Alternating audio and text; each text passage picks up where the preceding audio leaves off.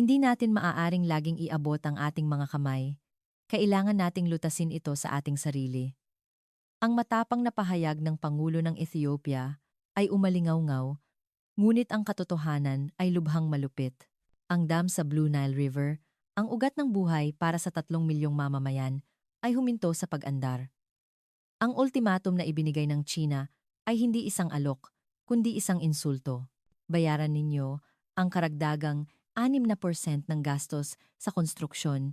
Walang sino man ang nakakaalam na mula sa isang bansang dating pinagkatiwalaan ng Ethiopia, 17 pinakamagagaling na inhinyero ang lihim na papunta roon.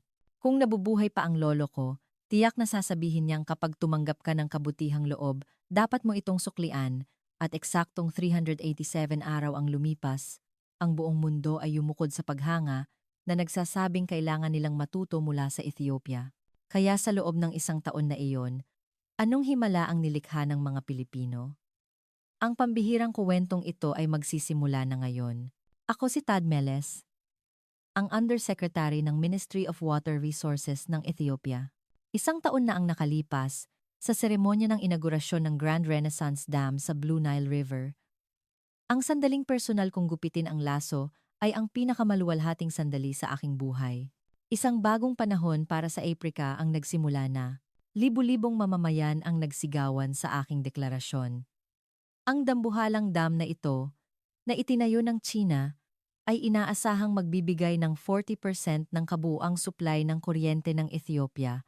Pinuri ako ng mga pahayagan bilang bayaning lumikha ng himala sa Ilog Nilo.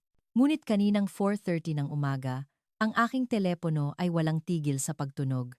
Undersecretary, may malaking problema. Ang dam. Ang dam ay tumigil sa pag-andar.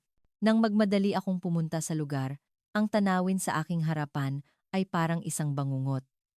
8 dambuhalang turbine generator, lahat ay tahimik. Ang tubig ay patuloy na dumadaloy ng malakas, ngunit ang mga generator ay walang imik, na parang mga patay. Kailan pa ito nangyari? Mga 2 ng umaga, biglang tumunog ang alarma, sabi ng shift supervisor. Hindi pa natatapos magsalita ang supervisor, tumunog muli ang aking telepono. Mula ito sa opisina ng punong ministro.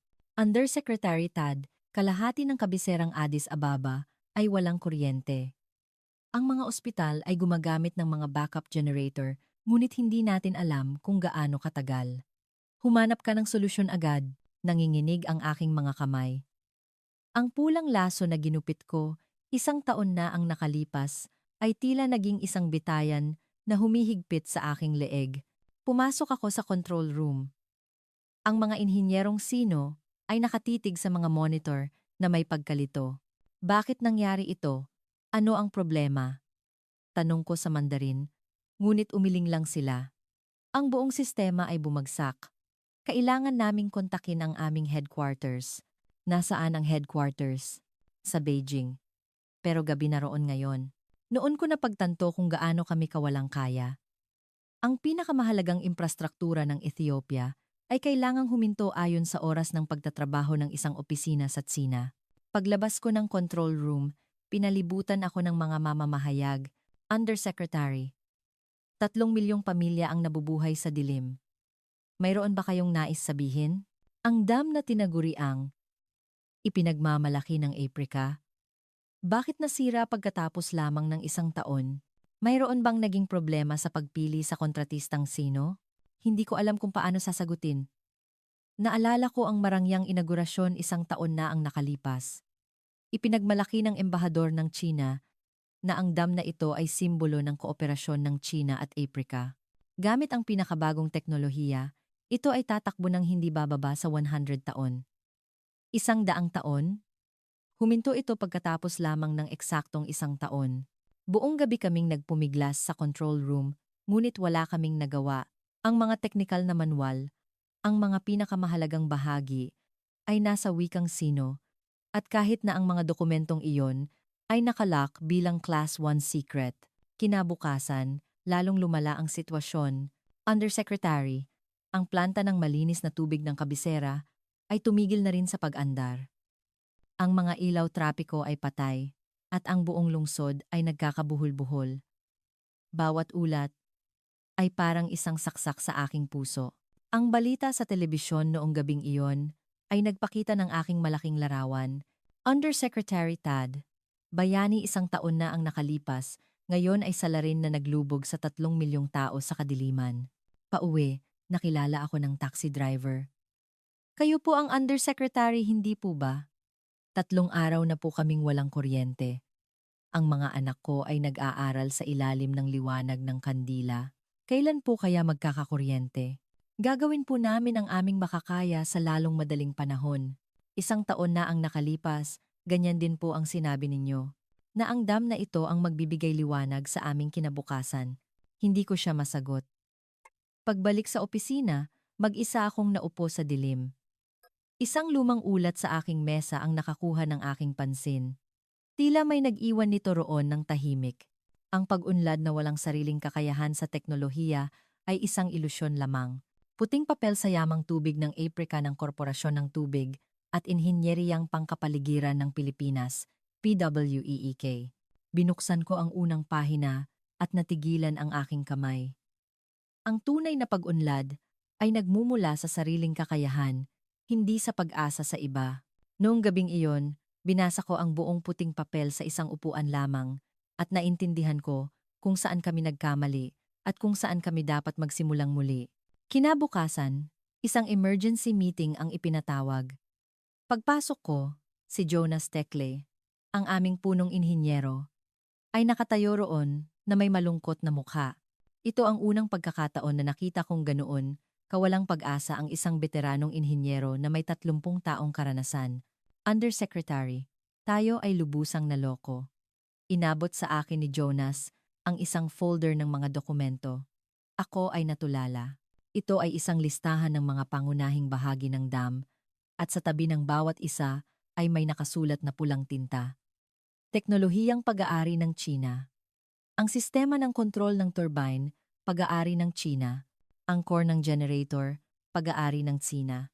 Maging ang bawat tornilyo ay ginawa ayon sa kanilang sariling pamantayan. Sakto noon, si Selam, isang batang data analyst, ay nagmamadaling pumasok. Undersecretary, may natuklasan pa akong mas nakakatakot. Ipinakita niya sa akin ang screen ng kanyang laptop. Ito ay datos tungkol sa mga proyekto ng hydroelectric dam sa ibang mga bansa sa Aprika. Ang Tana Dam sa Kenya, huminto 2 taon na ang nakalipas na may parehong sintomas. Ang Kafue Gorge Dam sa Zambia, ganoon din. Ang Merowe Dam sa Sudan, 2 dam pa ang sabay na nasira. Lahat ay itinayo ng Tsina.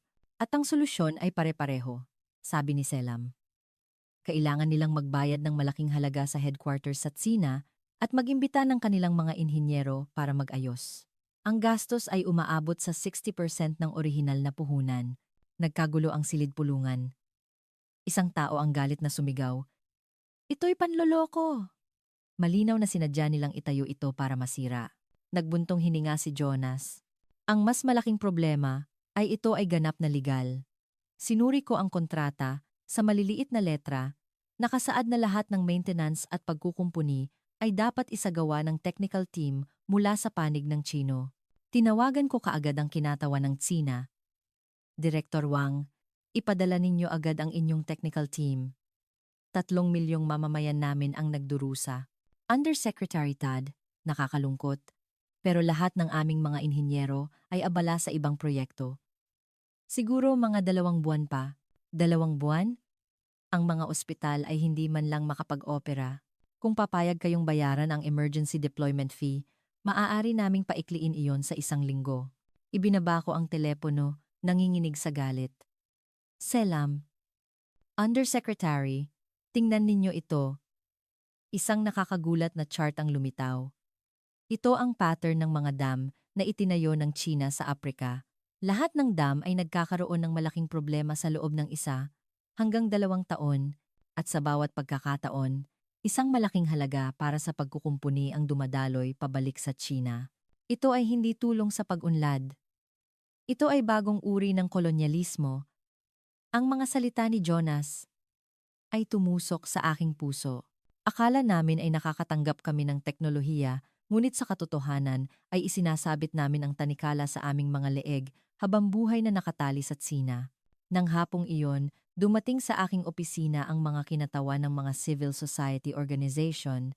Undersecretary, nasa lansangan na ang mga tao. Nagpoprotesta sila sa harap ng embahada ng China. Ngayon lang namin napagtanto na kami ay naloko. Kailangan ninyong gumawa ng isang bagay. Ngunit ano ang magagawa ko? Nakatali sa kontrata, walang teknolohiya sa aming mga kamay, at sinasamantala ng China ang aming desperasyon. Hating gabi, mag-isa sa opisina, muli kong binuksan ang puting papel mula sa Pilipinas. May isang kabanata na pinamagatang Case Study, Ethiopia. Laking gulat ko, may tala mula 5 taon na ang nakalipas nang minsan kaming humiling ng teknikal na kooperasyon sa Pilipinas. Ngunit noong panahong iyon, tinanggihan namin sila para piliin ang China dahil mas mura at mas mabilis. Nakasulat sa ulat. Ang Pilipinas ay nakagawa rin ng parehong pagkakamali noong dekada 80. Umasa sa dayuhang teknolohiya at nagbayad ng napakamahal. Kaya't pinapayuhan namin ang aming mga kaibigan sa Aprika na huwag tahakin ang landas na iyon. Sa sandaling iyon, napagtanto ko na nakita na ng Pilipinas ang aming hinaharap. Tumunog ang telepono sa aking mesa. Isang hindi kilalang numero. Hello? Si Undersecretary Tad po ba ito? Ako nga. Ako po si Miguel Reyes, mula sa Korporasyon ng Tubig at Inhinyeriyang Pangkapaligiran ng Pilipinas, PWEEC. Bumilis ang tibok ng aking puso. Narinig po namin ang sitwasyon sa Ethiopia. Baka po kailangan ninyo ng aming tulong? Paano ninyo nalaman? Sa totoo lang po, ang Ethiopia ay isang napaka-espesyal na bansa para sa amin. Ang lolo ko, noong kanyang kabataan sa pakikipaglaban para sa kalayaan, ay minsan nabigyan ng inspirasyon ng mga kaibigang Ethiopian. Itinuro nila sa henerasyon ng lolo ko na ang dignidad ay isang bagay na dapat mong ipaglaban. Na ang isang bansa ay maaaring tumayo laban sa mga makapangyarihan, ito ay isang utang na loob na laging nasa puso ng aking pamilya at ng aming bansa. Nanikip ang aking lalamunan. Mahigit kalahating siglo na ang nakalipas. Ang diwa ng kalayaan ng aming bansa ang nagbigay inspirasyon sa kanila, at ngayon, ang mga apo ng mga taong iyon ay tumatawag upang mag-alok ng tulong. Maaari ba kaming magpadala ng isang team ng mga eksperto bukas para suriin ang sitwasyon? Pero paano ang gastos? Undersecretary, mahigit 50 taon na ang nakalipas, ang ibinigay sa amin ng Ethiopia ay hindi lang isang aral sa kasaysayan. Binigyan ninyo kami ng pag-asa. Ngayon, pagkakataon naman naming bayaran ang utang na loob na iyon. Pagkababa ng telepono, sa unang pagkakataon sa loob ng maraming araw, nakahinga ako ng maluwag. Isang sinag ng liwanag ang nagsimulang sumilay sa dulo ng madilim na lagusan. Pagkatapos ng tawag kay Engineer Miguel Reyes, bumuo ako ng isang team para pag-aralan ng mas malalim ang mga dokumento mula sa Pilipinas. Sa simula, kami ay nag-aalinlangan pa rin. Ang Tsina, sa simula, ay nagpinta rin ng isang magandang hinaharap. Walang tagumpay na hindi dumadaan sa kabiguan. Iyon ang unang pangungusap sa puting papel ng Pilipinas. Kakaiba, karaniwan, ang mga ganitong ulat ay laging nagmamayabang tungkol sa tagumpay. Ngunit ang mga Pilipino ay nagsimula sa pamamagitan ng pag-uusap tungkol sa kanilang sariling mga kabiguan. Binuklat ni Jonas ang bawat pahina at humanga. Ang Ilog Pasig sa Maynila. Dati, ay ganito kalala ang polusyon? Mas malala pa sa ating Ilog Nilo. Sa screen ay ang larawan ng Ilog Pasig noong dekada ng 20. Maitim na tubig, mga patay na isda na lumulutang. Ang mga taong dumadaan ay kailangang takpan ang kanilang ilong dahil sa mabahong amoy. Pero, ito ba ang parehong ilog ngayon? Bulalas ni Selam. Ang tubig ay mas malinaw. Sa magkabilang pampang ay may mga daanan para sa mga tao. Ang mga mamamayan ay naglalakad at nagbibisikleta. Hindi ka pani-paniwala na ito ay iisang lugar. Paano nila ito nagawa? Narito. Sa simula, inangkat din nila ang lahat ng teknolohiya mula sa Hapon at Europa. Ngunit paulit-ulit silang nabigo dahil iba ang klima at heolohiya ng Pilipinas. Biglang may naalala si Jonas. Noong unang panahon, sabi ng lolo ko, nang labanan natin ang mga dayuhang mananakop. Ginaya lang ng ating hukbo ang mga taktika ng dayuhan, kaya marami tayong nalagas. Nang gamitin na natin ang guerrilla warfare na angkop sa ating mga kabundukan, doon lang tayo nagtagumpay. Tama, ganoon din sa teknolohiya. Tingnan mo, pagkatapos ng maraming kabiguan, ang mga Pilipino ay bumuo ng kanilang sariling pamamaraan. Ang ulat ay puno ng mga interesanteng halimbawa, lalo na ang proyekto ng PUI-EEC sa gitnang Luzon. Ang kanilang smart water management system ay gumugol ng 80% ng oras sa pagsasanay sa mga lokal na inhinyero. Ang resulta, pagkatapos ng 3 taon, naging self-sufficient ang Pilipinas sa teknolohiya at tumutulong na rin sa Laos at Cambodia. Ito ang pinakamahalagang punto. Bulong ko. Hindi sila nagbibigay ng isda, tinuturuan nila tayong mangisda. Biglang tumayo si Selam at itinuro ang bintana. Undersecretary, tingnan ninyo. Isa na namang grupo ng mga nagpoprotesta. Libu-libong tao ang may hawak na kandila. Isang kabalintunaan, gumagamit sila ng kandila para iprotesta ang pagkawala ng kuryente. Tad, magbitiw ka na. Kanselahin ang kontrata sa Tsina. Ang sigaw nila ay umabot sa loob ng aming opisina. Naninikip ang aking dibdib. Biktima rin ako, ngunit paano ko ito ipapaliwanag sa mga tao?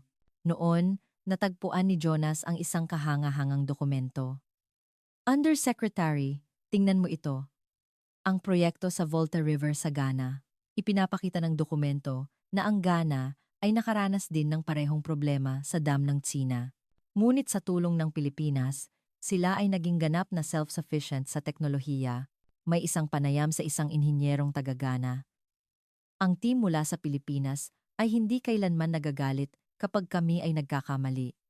Sa halip, hinihikayat nila kaming matuto mula sa aming mga pagkakamali. Sa simula, kakaiba ito sa akin, ngunit kalaunan ay naintindihan ko, kung takot kang magkamali, hinding-hindi ka matututo. Napakaganda, sabi ni Selam na may pananabik. Ang Ghana ngayon ay nagbibigay na ng teknikal na suporta sa buong kanlurang Aprika. Maging ang malaking bansa tulad ng Nigeria ay humihingi ng tulong sa kanila. Nagsimulang sumibol ang pag-asa, ngunit kasabay nito ang takot. Kaya ba natin ito? Bakit tayo tutulungan ng Pilipinas ng libre? Mayroon ba silang ibang motibo? Tanong ng isang empleyado. Iyon ay isang makatarungang tanong. Sakto noon, natagpuan ko ang isang espesyal na pahina sa dulo ng ulat na may pamagat na Ang Pilosopiya ng Pilipinas sa Pagtulong sa Aprika. Sa pinakamahihirap na taon ng aming pakikibaka, ang aming mga kaibigan mula sa Aprika, lalo na ang Ethiopia, ay laging sumusuporta sa aming makatarungang laban sa mga pandaigdigang pagpupulong. Nagbigay sila sa amin ng napakalaking lakas ng loob. Ibinahagi nila sa amin ang kanilang pananampalataya sa kalayaan at kasarinlan. Ang kalayaan, tulad ng kaalaman, ay lalong lumalago kapag ibinabahagi. Ngayon, oras na para ibahagi namin ang aming mga natutunan. Nanikip ang aking lalamunan habang binabasa ang mga linyang iyon. Si Jonas, sa tabi ko ay naluluha rin. Laging sinasabi ng lolo ko na ang pagsuporta sa Pilipinas ay isang karangalan. Kahit na kami ay isang mahirap na bansa, ginawa namin ang tama. Hindi, Jonas, sabi ni Selam. Ito ay hindi pagbabayad ng utang na loob. Ito ay pagkakaisa. Sama-samang pag-unlad. Kinabukasan, sa pulong ng gobyerno, iminungkahi ko ang pakikipagtulungan sa Pilipinas. Tulad ng inaasahan, malakas ang pagtutol. Paano ang ating relasyon sa Tsina? Paano kung maloko na naman tayo? Iyan ay isang teknolohiyang hindi pa subok, ngunit sumagot ako ng may determinasyon. Mga Ginoo, mayroon pa ba tayong ibang pagpipilian? Sa ngayon, 3 milyong mamamayan ang nabubuhay sa dilim. Sinasabi ng China na maghintay tayo ng 2 buwan at pagkatapos ay masisira ulit ito. Ngunit iba ang Pilipinas. Hindi sila nangangako na bibigyan tayo ng teknolohiya.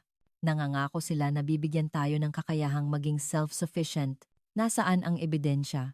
Tingnan ninyo ang Ghana, tingnan ang gitnang Luzon, at tingnan ang Pilipinas mismo. Isang bansang bumangon mula sa abo ng digmaan, ngayon ay tumutulong sa buong mundo. Pagkatapos ng mahabang katahimikan, Nagsalita ang punong ministro. Sige, imbitahan natin ang team ng mga eksperto mula sa Pilipinas. Ngunit Undersecretary Tad, ito na ang iyong huling pagkakataon. Nang matapos ang pulong, tumunog ang aking telepono. Si Miguel Reyes. Undersecretary, darating ang aming team bukas ng umaga. Ngunit mayroon akong isang maliit na hiling. Sabihin mo, huwag na po sana kayong mag-organisa ng anumang seremonya ng pagtanggap sa airport. Nandito kami para magtrabaho. At kung maaari, pakihandaan na lang po kami ng ilang set ng damit trabaho. Hindi po namin kailangan ng mga suit. Ibinaba ko ang telepono at napangiti. Isang pakiramdam ng isang napakaibang simula ang paparating. Kinaumagahan, pumunta ako sa airport. Naghanda ang opisina ng punong ministro ng isang marangyang delegasyon para sa pagtanggap, ngunit kinansel ako ang lahat ayon sa hiling ni Miguel. Sa halip, kasama ko lang ang ilang field engineers. Nang lumabas ang team ng mga eksperto mula sa Pilipinas, lahat kami ay nagulat.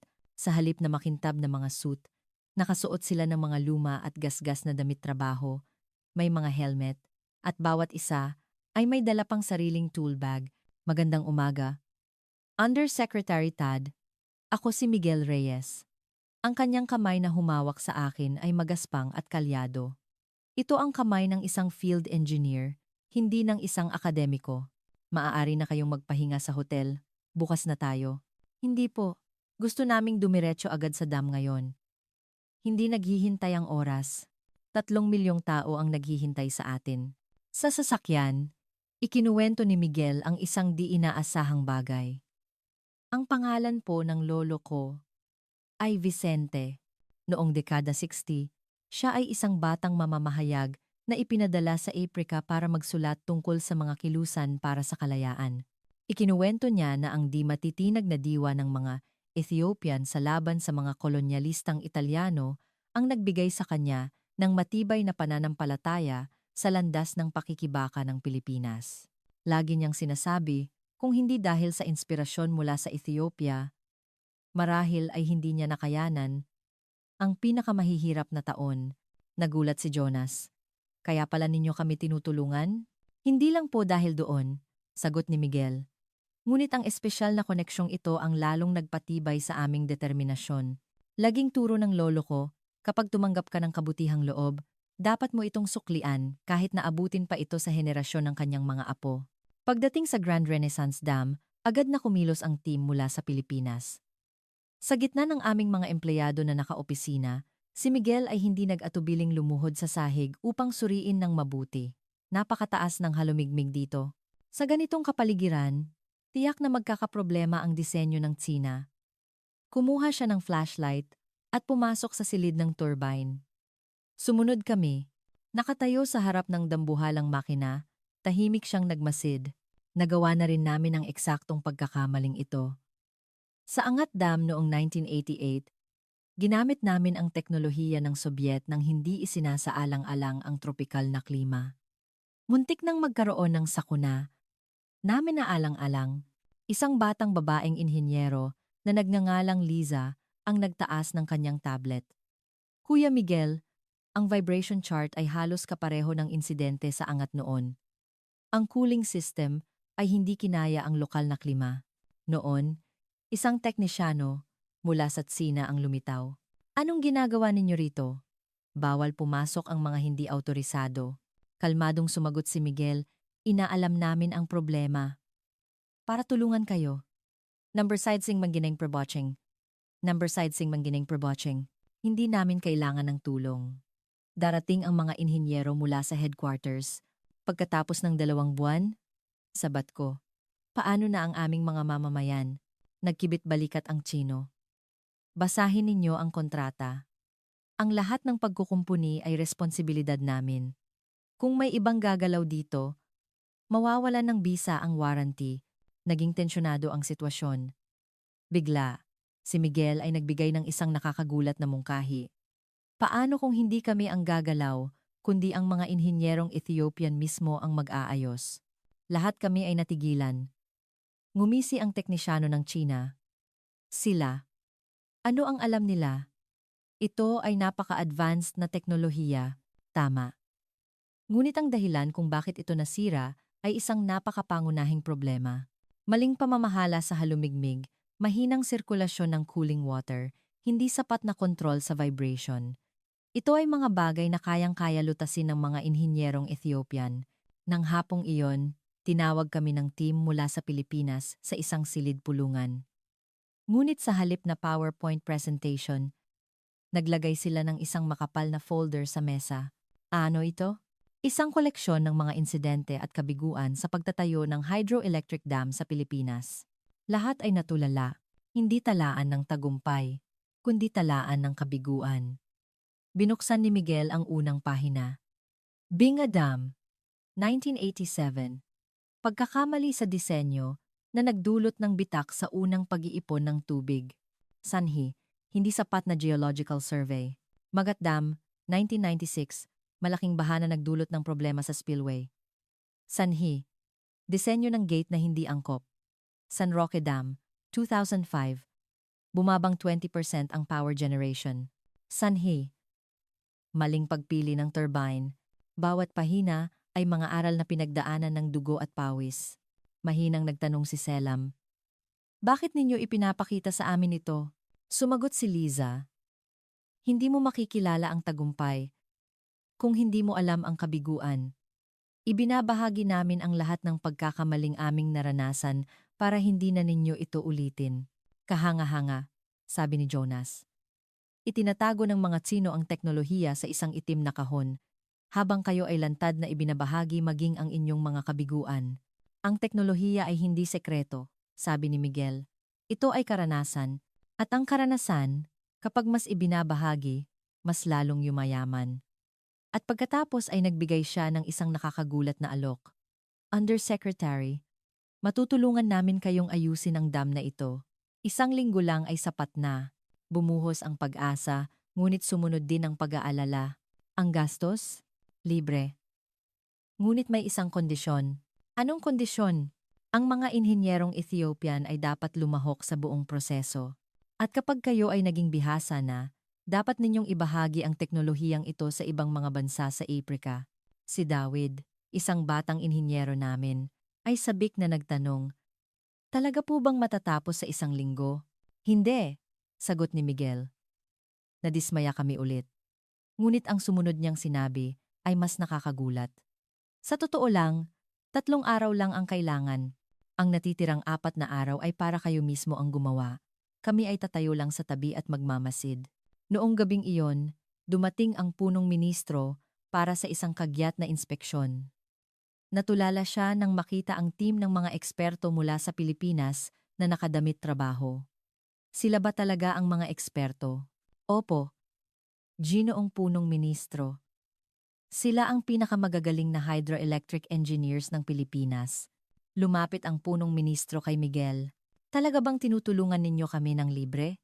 Ginoong punong ministro, mahigit 50 taon na ang nakalipas ng suportahan kami ng Ethiopia, humingi po ba kayo ng anumang kondisyon?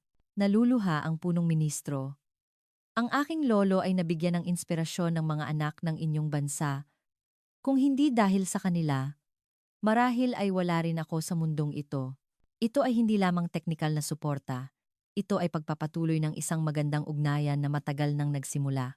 Sakto noon, isang grupo ng mga taong may dalang kandila mula sa kalapit na nayon ang lumapit. Sumigaw sila, hanggang kailan pa kami maghihintay? Lumapit si Miguel sa kanila. Mga kababayan, bigyan ninyo kami ng 1 linggo. Hindi. 3 araw na lang, at magsisimula na ang pagbabago. Isang residente ang nangutya. Ganyan din ang sinabi ng mga Tsino. Nakita na natin ang resulta. Tama po kayo. Kaya't iba ang gagawin namin. Ang inyong mga kapitbahay, mga kapatid, ang inyong mga anak, sila mismo ang mag-aayos ng dam na ito. Nagsimulang magbulungan ang mga tao, hindi makapaniwala. Lumapit si David. Ako ay ipinanganak at lumaki sa lupang ito. Ako mismo ang mag-aaral at mag-aayos nito. Hindi na tayo aasa pa sa mga dayuhan. Pagkatapos ng katahimikan, isang matandang lalaki ang nagsalita.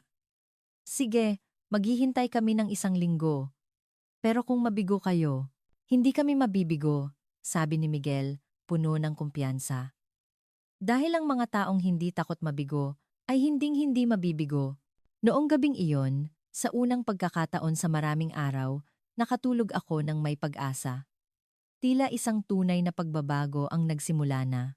Kinaumagahan, pinuntahan ako ni Miguel Reyes sa aking opisina, may daladalang makapal na dokumento. Undersecretary, ito po ang binuo namin buong gabi. Ang plano para sa pag-aayos ng dam? Hindi po. Ito ang programa para sa pagsasanay ng mga talento. Nagulat ako. Ang kagyat na pangangailangan ay ayusin ang dam, bakit pagsasanay ang pinag-uusapan? Miguel, 3 milyong tao ang walang kuryente. Maaari bang ipagpaliban muna ang pagsasanay? Undersecretary, pakiusap, pakinggan ninyo po ako. Seryosong sabi ni Miguel. Ngunit paano kung masira ulit ito pagkatapos ng 1 taon? Ano ang gagawin ninyo? Tatawagan ulit kami? O magbabayad ulit sa China? Iyon ay isang masakit na tanong. Ang aming panukala ay iba. 6 na buwan. Hindi lang aayusin kundi gagawin ding mas mahusay ang buong sistema. Ngunit ang aming pananaw ay para sa 6 na taon. 6 na taon? Opo. 6 na taon mula ngayon, nakikita namin ang Ethiopia na kayang tumulong sa ibang mga bansa sa Africa. Binuksan ko ang dokumento at namangha. Hindi lang ito isang simpleng plano para sa teknikal na pagsasanay, kundi isang komprehensibong diskarte para sa pagpapaunlad ng tao. Yugto 1. Pagpili ng 20 pangunahing inhinyero, masinsinang pagsasanay ng 3 buwan sa Pilipinas. Yugto 2. Praktikal na pagsasanay sa dam. Magkakasamang magtatrabaho ang mga eksperto mula sa Pilipinas at mga inhinyerong Ethiopian sa loob ng 6 na buwan. Yugto 3. Ang Ethiopia na mismo ang magpapatakbo ng programa sa pagsasanay ng mga inhinyero sa bansa. Yugto 4. Simula ng pagbibigay ng teknikal na suporta sa mga kalapit na bansa. Ipinaliwanag ni Liza, ang pinakamahalaga ay ang pagbabago ng kaisipan. Ang teknikal na kaalaman ay maaaring matutunan, ngunit ang kumpiyansa na kaya mong gawin ito ay makukuha lamang sa pamamagitan ng karanasan. Nag-aalinlangan si Jonas. Ang gastos para sa programang ito ay tiyak na napakalaki. Lahat ay libre. Pamasahe sa eroplano, pagkain, at tirahan, matrikula, lahat. Tiniyak ni Miguel, na tahimik ang silid. Iyon ay isang alok na mahirap paniwalaan. Kapalit nito, mayroon lang kaming isang kondisyon. Ano iyon? Ang mga sinanay, pakiusap, tulungan ninyo ang ibang bansa. Sa araw na ang Aprika ay kayang tulungan ang kapwa Aprika, iyon lamang ang tanging kabayarang nais namin. Naluluhang nagtanong si Selam. Bakit? Bakit ninyo ginagawa ito? Tumingin si Miguel sa labas ng bintana. 70 taon na ang nakalipas. Binigyan kami ng inyong mga ninuno ng katapangan. Ngayon, nais naming ibigay sa inyo ang pag-asa. Ang teknolohiya, kapag sinosolo, ay namamatay. Ngunit kapag ibinabahagi, ito ay lumalago. Ganyan din lumago ang Pilipinas. Nagtaas ng kamay si Dawid. Gusto kong pumunta sa Pilipinas. Tiyak na mag-aaral ako. Nang mabuti, ngunit hindi ito magiging madali, sabi ni Miguel. 10 oras ng praktikal na trabaho araw-araw, kahit sa katapusan ng linggo. Handa na po ako. Ayoko nang mabuhay na umaasa sa iba. Nang hapong iyon, isang kagyat na pulong ng gabinete ang ipinatawag. Tulad ng inaasahan, marami ang tumutol. Kailangan natin ng kuryente ngayon. Bakit tayo maghihintay ng 6 na buwan? Paano ang ating relasyon sa Tsina? Ngunit ang punong ministro ay nagbigay ng pinal na desisyon. Mga Ginoo, sa loob ng 60 taon, mula nang makamit natin ang kalayaan, ano ang ating ginawa? Palagi na lang tayong umaabot ng kamay at humihingi. Oras na para magbago. Ang programa ay aprobado. Noong gabing iyon, lumabas ako sa pambansang telebisyon. Mga kababayan, tayo ay nasa isang sangandaan, patuloy na aasa para sa panandaliang kaginhawahan, o tatanggapin ang hirap para tahakin ang landas ng sariling kakayahan. Nahati ang opinyon ng publiko. Paghihintayin na naman kami? Naranasan na ba ng undersecretary na mabuhay ng walang kuryente? Ngunit nakakagulat, ang reaksyon mula sa mga kabataan ay lubos na naiiba. Sa wakas, isang tamang desisyon. Kaya natin ito. Ano ang mga kailangan para mag-apply? Kinabukasan, napakarami ang nag-apply para sa programa. 20 pwesto. Ngunit mahigit 2,000 ang nagsumite ng aplikasyon. Sa panayam, sinabi ng isang binata, ang aking ama ay laging humahanga sa diwa ng Pilipinas. Kung paano nila itinayo ang kanilang bansa, gusto ko ring tulungan ang aking bansa. Si Miguel, bilang isa sa mga hurado, ay labis na humanga. Ang kanilang sigasig ay hindi kapani-paniwala. Naaalala ko ang Pilipinas noong dekada 80. 20 tao ang napili, kasama si Dawid, mula sa iba't ibang larangan, mula sa mga propesor sa universidad hanggang sa mga field engineer. Sa araw ng kanilang pag-alis, isang simpleng seremonya ang ginanap. Dumating ang punong ministro upang magbigay ng inspirasyon. Hindi lang kayo pupunta para mag-aral ng teknolohiya. Pupunta kayo para matutunan kung paano itayo ang kinabukasan ng Ethiopia. Dagdag ni Miguel, may isang bagay akong ipapangako. Pagbalik ninyo, hindi na kayo mga estudyante, kundi mga guro. Isang reporter ang nagtanong, paano kung mabigo kayo? Ngumiti si Miguel. Kabiguan? Siyempre, magkakaroon yan. Mas maraming kabiguan, mas maraming matututunan. Ang mahalaga ay hindi matakot mabigo. Sa airport, bago sumakay sa eroplano, lumapit sa akin si Dawid. Undersecretary, tiyak na babalik akong matagumpay at poprotektahan natin ang dam gamit ang ating sariling mga kamay. Habang pinapanood ko ang eroplanong lumilipad, naisip ko, ito na ang tunay na simula. Ang pahina ng pag-asa sa iba ay naisara na upang simulan ang isang bagong kabanata ng sariling lakas at sariling kakayahan. 3 buwan ang lumipas, bumalik ang aming mga inhinyero mula sa Pilipinas. Sinalubong ko sila sa airport at ako ay lubos na namangha. Sila ay naging ganap na ibang mga tao, lalo na si Dawid, na puno ng kumpiyansa. Sinabi niya sa akin, Undersecretary, kaya na nating lutasin ito sa ating sarili. Undersecretary, talaga? Ang komplikadong sistemang iyon? Hindi po ito komplikado. Natutunan namin sa Pilipinas na ang bawat komplikadong problema ay kombinasyon lamang ng mga simpleng prinsipyo. Kinabukasan, nagsimula ang pag-aayos. Ang team mula sa Pilipinas at ang aming mga inhinyero ay magkasamang pumunta sa dam. Sinubukan pa rin kaming hadlangan ng manager na Tsino. Inuulit ko, trabaho namin ito. Matigas na sumagot si Dawid, ito ay aming dam, at kami mismo ang mag-aayos nito.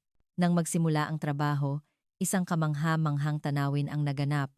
Mabilis na natukoy ng aming mga inhinyero ang problema at nagbigay ng solusyon. Tingnan ninyo, kinakalawang ang tubo ng cooling water.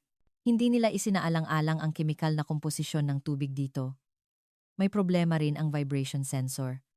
Hindi nila inisip ang malaking pagkakaiba ng temperatura sa araw at gabi sa Ethiopia. Si Miguel Reyes ay nakatayo lang sa gilid, nagmamasid, at paminsan-minsan ay nagbibigay ng payo. Ang karamihan sa trabaho ay pinangunahan ng aming mga inhinyero. Sa pagtatapos ng unang araw, isang himala ang nangyari. Isa sa 8 turbine generator ang nagsimulang umandar muli. Tagumpay. Umiikot na ang turbine. Lahat ng tao sa lugar ay sumabog sa kagalakan. Kahit isang generator lang, ang mahalaga ay kami mismo ang gumawa nito. Nabalitaan ito ng mga residente at dumagsa sila. Talaga bang mga inhinyero natin ang nag-ayos niyan? Oo. Tingnan mo, si Dawid ang gumagawa. Isang matandang babae ang naluluha, 60 taon. Ngayon lang natin nagawa ang isang bagay para sa ating sarili gamit ang sarili nating mga kamay. Nagpatuloy ang trabaho, ang team mula sa Pilipinas ay tunay ngang nagmamasid lamang tulad ng kanilang ipinangako. Sa tuwing nahihirapan kami, nagbibigay lang sila ng mga pahiwatig. Paano kaya ito? Ano ang natutunan ninyo sa Pilipinas? Tanong ni Liza. Oo. Kailangan munang suriin ang back pressure. Sa ikalawang araw, 3 pang generator ang umandar. Kalahati ng kapasidad ay naibalik na. ilang lugar ang nagsimulang magkakuryente muli. Inay, may kuryente na! Ang sigaw ng isang bata. Lahat kami ay naluluha. Sa ikatlong araw, sa wakas, lahat ng 8 generator ay normal nang gumagana. Sa monitor ng control room, isa-isang umilaw ang mga berdeng ilaw. Lahat ay huminto sa paghinga habang pinapanood ang chart ng produksyon ng kuryente na tumataas. 10%, 20%, 50%, at sa wakas, 100%. Sumabog sa sigawan ang control room. Nagyakapan kami, umiiyak sa kaligayahan. Kasabay nito, mula sa mga nayon na nababalot sa dilim, nagsimulang magliwanag ang mga ilaw. May kuryente na! May kuryente na! Naglabas ng flash report ang radyo. Balitang balita. Ang Grand Renaissance Dam ay ganap ng naayos ng isang team ng mga inhinyerong Ethiopian. Pagkatapos ng 3 araw, 3 milyong pamilya ang may kuryente na muli. Ngunit iyon ay simula pa lamang. Nagbigay ng bagong mungkahi si Miguel. Ngayon, sisimulan natin ang pag-upgrade. Install natin ang isang smart management system. Ano iyon? Isang sistemang maaaring mahulaan ang mga problema bago pa man ito mangyari para hindi na ito maulit pa. Sa sumunod na 3 buwan, ginawa naming isang smart system ang dam. Nag-install ng mga sensor, nagsuri ng datos, bumuo ng mga predictive model. Ang nakakagulat ay kahit sa prosesong ito, ang aming mga inhinyero pa rin ang nanguna. Si Selam, na namamahala sa pagsusuri ng datos, ay nakabuo ng isang paraan na mas malikhain pa sa natutunan niya sa Pilipinas. Malaki ang pagkakaiba ng temperatura sa araw at gabi sa Ethiopia, kaya't inayos ko ang modelo ng Pilipinas upang lumikha ng sarili nating sistema ng prediksyon. Humanga si Miguel. Napakagaling.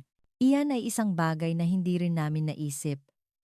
Sa pagkakataong ito, kami naman ang kailangang matuto mula sa inyo. Nang matapos ang 6 na buwang paglalakbay, ang dam ay ganap ng nagbago. Ang kahusayan sa pagbuo ng kuryente ay tumaas sa 140%. Ang katumpakan ng prediksyon ng problema ay umabot sa 95%. At higit sa lahat ng nagpapatakbo nito ay mga Ethiopian. Nagsimula ang 72 oras na pagsubok. Lahat ay kinakabahan. Unang araw, walang problema. Ikalawang araw, nakakita ang sistema ng isang maliit na abnormal na signal at automatikong nag-adjust. Ikatlong araw, perpektong operasyon, tagumpay, sigaw ni Dawid, at lahat ay muling nagsaya. Noong gabing iyon, isang pagdiriwang ang ginanap sa paanan ng dam, libu-libong tao ang kumakanta at sumasayaw. Isang ina ang lumapit sa akin, karga ang kanyang maliit na anak. Ngayon, makakapagbasa na ang anak ko sa gabi. Ang mga ospital ay normal nang gumagana. Maraming salamat po. Huwag ninyo akong pasalamatan. Pasalamatan ninyo ang ating mga inhinyero. Sila ang gumawa nito. Sa entablado, inanunsyo ng punong ministro. Ang araw na ito ay itatala sa kasaysayan ng Ethiopia. Ito ang unang araw na nilutas natin ang ating sariling problema gamit ang ating sariling mga kamay. Sakto noon, isang nakakagulat na balita ang dumating. Ginoong punong ministro, kakatapos lang tumawag ng South Sudan at Somalia, ang kanilang mga dam na itinayo rin ng China ay nasira. Nagtatanong sila kung maaari natin silang tulungan. Tumingin sa akin ang punong ministro. Tumingin ako kay Dawid. Si Dawid ay buong kumpiyansang sumagot, kaya natin silang tulungan.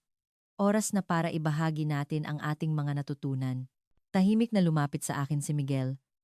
Mukhang oras na para kami ay umalis. Hindi na ninyo kami kailangan. Miguel, hindi. Ngayon, oras na para kayo naman ang tumulong sa ibang bansa. Kami ay nagsimula lamang nito. Noong gabing iyon, nakatayo ako sa tuktok ng dam, nakatingin sa mga nayon na nagniningning sa liwanag. Ang kadiliman 6 na buwan na ang nakalipas ay tila isang masamang panaginip lamang at napagtanto ko, ang natanggap namin ay hindi lang teknolohiya, kundi ang kumpiyansa na kaya naming gawin ito. Iyon ang pinakamahalagang regalo na ibinigay sa amin ng Pilipinas. Pagkatapos maging matatag ang operasyon ng dam, kailangan naming gumawa ng isang mahalagang desisyon. Paano itatala at ibabahagi ang karanasang ito? Bago umalis, binigyan ako ni Miguel Reyes ng isang huling payo. Huwag ninyong ipagmayabang ang tagumpay. Itala ninyo ang mga kabiguan. Iyon ang tunay na yaman. Sa simula, hindi ko naintindihan. Ngunit nang bumalik ang pangalawang grupo ng mga inhinyero mula sa Pilipinas, ikinuwento nila ang isang espesyal na bagay. Undersecretary, alam ninyo po ba kung ano ang pinakahumanga sa amin sa Pilipinas? Tanong ng isang batang babaeng inhinyero na nagngangalang Martha. Hindi po ang museo ng militar, kundi ang bulwagan ng mga kabiguan ng PWEEC. Bulwagan ng mga kabiguan? Opo. Nakadisplay doon ang lahat ng insidente sa loob ng 50 taon. Pagguho ng dam, mga pagkakamali sa disenyo. Ngunit ipinapaliwanag ito ng mga empleyado nang may pagmamalaki, sabi nila. Dahil sa mga kabiguang iyon, kaya't may tagumpay ngayon. Sabi sa amin ng isang empleyado, ang kabiguan, kapag itinago, ay mauulit. Ngunit kapag ibinahagi, ito ay nag-evolve. Pagkatapos marinig iyon, nagpasya ako. Itatala rin natin ang ating mga kabiguan. Ang puting papel sa insidente at proseso ng sariling kakayahan sa Grand Renaissance Dam ng Ethiopia. Iyon ang naging pamagat ng aklat. Sa simula, mahigpit na tumutol ang mga opisyal ng gobyerno. Hindi ba't ito ay paglalantad ng sarili nating kahinaan?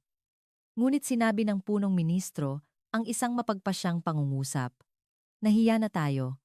Oras na para gawing yaman ang kahihiyang iyon. Itinala namin ang lahat ng may katapatan. Bakit pinili ang kontratistang Tsino, ang mga patibong sa kontrata, ang mekanismo ng pag-asa sa teknolohiya? Nagdagdag si David ng mga matingkad na testimonya. Nang mangyari ang insidente, kami ay walang magawa. Ang pakiramdam na iyon, hinding-hindi ko malilimutan. Sinuri ni Selam ang datos, itinuturo ang mga kahinaang sinadyang ilagay sa sistema ng Tsina. Ang pinakamahirap na bahagi ay sa akin, ang pag-amin sa pagkakamali ng isang undersecretary. Nabulag ako sa kinang. Hindi ko naintindihan ang kahalagahan ng sariling kakayahan sa teknolohiya. Nang mailathala ang puting papel, isang nakakagulat na bagay ang nangyari. Ang reaksyon sa loob ng bansa ay hindi pagpuna, kundi pagsuporta. Sa wakas, naging tapat ang gobyerno. Ang tapang na aminin ang pagkakamali ay kahanga-hanga, ngunit mas nakakagulat ang reaksyon ng mundo. Tumawag ang Kenya. Nasa parehong sitwasyon kami. Maari ba naming hiramin ang inyong puting papel? Uganda, Tanzania, Rwanda, sunod-sunod ang mga kahilingan. Isang buwan ang lumipas. Isang espesyal na bisita mula sa Pilipinas ang dumating, si G. Jose Cruz, ang namamahala sa bulwagan ng mga kabiguan ng PWEC. Undersecretary Tad, nang bumisita ang inyong mga inhinyero, tinanong ako ni Martha kung bakit namin ipinapakita ang aming mga kabiguan. Sinabi ko na ang isang bansang nakakalimot sa kanyang mga kabiguan ay isang bansang walang kinabukasan. Ngunit ngayon, pagkatapos basahin ang puting papel ng Ethiopia, napagtanto ko na kayo naman ang nagtuturo sa amin ng aral na iyon. Inabutan niya ako ng isang sobre. Isang opisyal na liham mula sa gobyerno ng Pilipinas na nagpapahayag ng kanilang paggalang sa katapangan at katapatan ng Ethiopia at nagmumungkahi na magtatag ng isang Philippine-Ethiopian Technical Training Center para sa buong Aprika. Ang aming kabiguan ay naging simula ng isang mas malaking kooperasyon. Pagkatapos ng puting papel, nagsimula na ring ilathala ng ibang mga departamento ng Ethiopia ang kanilang mga kabiguan. Isang bagong kultura ang nabuo. Ang pagbabahagi ng pagkakamali upang hindi na maulit. Isang araw, masayang tumakbo si Selam sa akin. Undersecretary, kagagaling ko lang sa South Sudan. Ginagamit nila ang ating puting papel bilang textbook. Naalala ko ang sinabi ni Miguel Reyes. Ang isang bansang marunong gawing yaman ang kabiguan, ang siyang tunay na maunlad na bansa. Ngayon, naiintindihan na namin, ang itinuro sa amin ng Pilipinas ay hindi lang teknolohiya, kundi ang saloobin sa pagharap sa kabiguan. At iyon ang tunay na simula ng pag-unlad. Isang taon makalipas. Tag-araw, 2025. Sa silid pulungan ng palasyo ng Pangulo, Inuulat ko ang mga nagawa ng dam sa loob ng isang taon. Ang bilang ng insidente ay bumaba ng 90%. Ang kahusayan sa pagbuo ng kuryente ay umabot sa 140%. Ang gastos sa operasyon ay bumaba ng 70%. Ang uptime rate ay 98%, ang pinakamataas sa Aprika. Ngunit ang susunod na slide ang tunay na nakagulat sa lahat. Isang mapa ang lumitaw na may maraming bansang minarkahan: South Sudan, Somalia, Djibouti, Eritrea. Ito ang mga bansang tinutulungan ng mga inhinyerong Ethiopian. Hindi makapaniwala ang Pangulo. Tayo. Tayo ang tumutulong sa ibang bansa? Opo, Ginoong Pangulo. At higit pa riyan, ang sumunod na screen ay nagpakita ng mga opisyal na dokumento. Ang Kenya ay humihingi ng teknikal na payo para sa isang malaking proyekto ng dam. Ang Tanzania ay gustong umangkat ng smart management system na made in Ethiopia. Ang Rwanda ay humihiling na magpadala ng mga inhinyero para sa pagsasanay. Isang taon lang ang nakalipas. Kami ay isang bansang humihingi ng tulong. Isang video call ang ikinonekta kay Miguel Reyes. Congratulations, Undersecretary Tad. Ngayon, kami naman ang kailangang matuto mula sa inyo. Huwag mong sabihin yan, Miguel. Totoo po. Ang platform ng pagbabahagi ng kabiguan na itinayo ng Ethiopia ay isang revolusyon. Gusto rin naming gamitin ito sa Asia. Bigla, isang espesyal na bisita ang lumitaw sa screen. Isang matandang lalaki na maputi na ang buhok. Magandang araw. Ako si Vicente, ang lolo ni Miguel. Natahimik ang buong silid. Mahigit 60 taon na ang nakalipas, nabigyan ako ng inspirasyon ng diwa ng inyong bansa. Buong buhay kong dinala ang utang na loob na iyon. Ngayon, nabasa ko sa balita na ang Ethiopia ay hindi lang nakatayo sa sariling mga paa, kundi tumutulong pa sa ibang bansa gamit ang teknolohiyang ibinahagi namin. Mayroon pa bang mas magandang kabayaran kaysa rito?